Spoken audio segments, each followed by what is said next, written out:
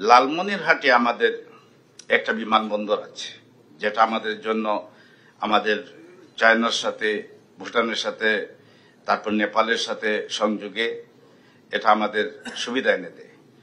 ওইটা ভারত সীমান্ত থেকে 10-12 মাইল ভিতরে, তারপরে ভারত ওইটা বন্ধ করে দিয়েছিল।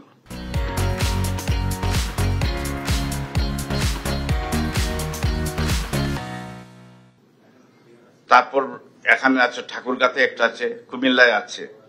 তারা বলে যে তাদের সিকিউরিটির কথা, কিন্তু ভারতের আগরতলা বিমানবন্দর আমাদের সীমান্ত সংলগ্ন, সেটা কয়েক গজের ব্যবধানে। তারা আমাদের ভিতরে জায়গা চেয়েছে ওইটাকে সম্প্রসারণের জন্য। তাইলে দেখা যাচ্ছে যে তাদের সিকিউরিটিকে তারা বড় করে সবসময় দেখে, আমাদেরটা দেখেন। 2 নম্বর পয়েন্ট, যে ইসকন মাইনরিটি ইস্যুতে তারা সবসময় সরব থাকে।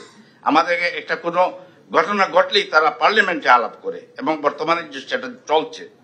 কিন্তু ভারতে তো হরদম মসজিদ ভেঙে ফেলছে, মুসলমানদের গরুর গোশত খাওয়ার ফলে পিটি মেরে ফেলছে, তারপর সেখানের মধ্যে সরকারও সাপোর্ট দিচ্ছে, এবং তারা সরকারের দায়িত্বশীলরা, পার্টির, তাদের ক্ষমতাসীন পার্টির যিনি হলেন সেক্রেটারি জেনারেল, তিনি সব সময় অত্যন্ত আপত্তিকর ভাবে আমাদের সার্বভৌম বিষয়ে নাক গলায়। তো এসব বিষয়ে আমরা নিশ্চুপ থাকি। আমার মনে হয় আমাদের পররাষ্ট্র বিভাগ, মাননীয় উপদেষ্টা এখানে উপস্থিত আছেন, অন্যান্য সাংবাদিক বন্ধুরাও আছেন।